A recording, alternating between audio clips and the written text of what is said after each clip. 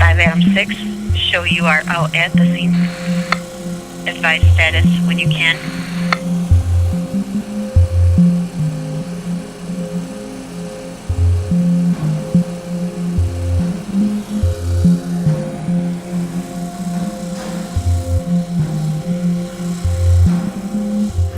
Adam 6, K injuries.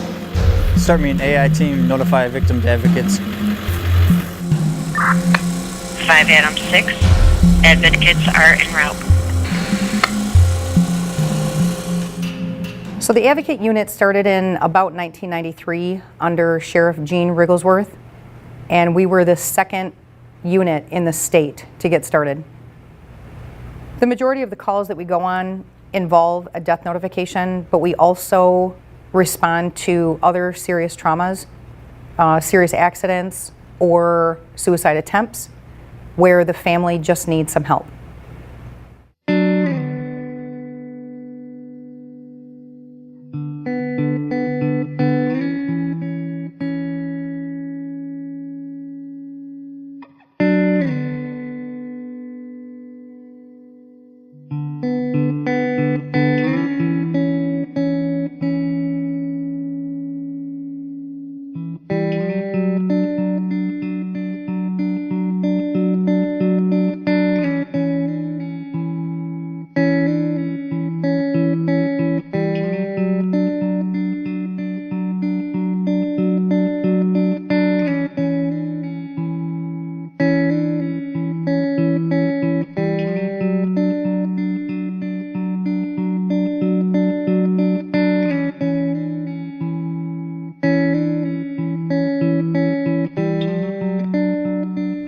Sometimes when we get to a home and the notification is given, we've seen everything from the family members in complete shock, which then goes directly into complete denial.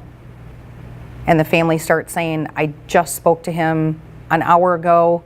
This can't be true. Are you sure? Are you sure you have the right person? One of the first things I would probably do after someone has just been told they've lost a loved one is, depending on the person, is to sit next to them, to ask them if there's someone that we can call. And maybe it's a neighbor. And so it's like making those suggestions to them. Maybe it's a pastor. It's just very important that we try to make them feel comfortable in one of the worst things in their life. Sometimes there are people that have no one to call, so in situations like that, we are their lifeline. We're support, we're a listening ear. We always end up being the liaison between the police and the family, so the police can continue what they're doing.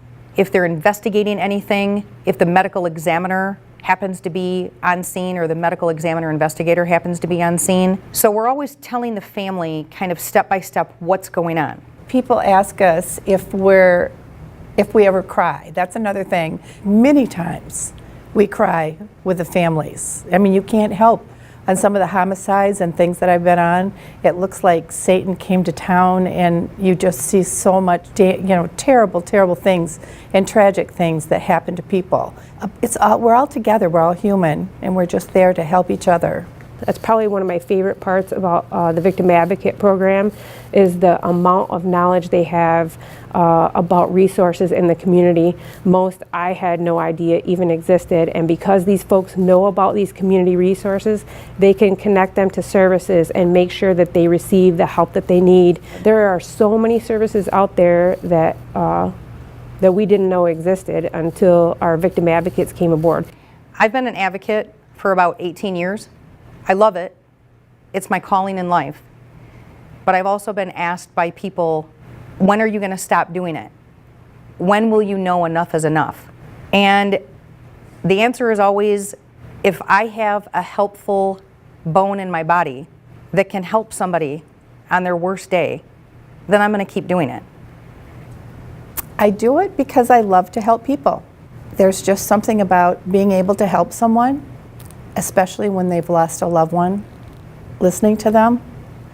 And it's just really important to listen And it's interesting how many people ask me how much we get paid. And I just kind of laugh. I'm like, no, we don't get paid anything. It's our gas money. It's everything that all our training, everything that we need, we have to take care of financially ourselves.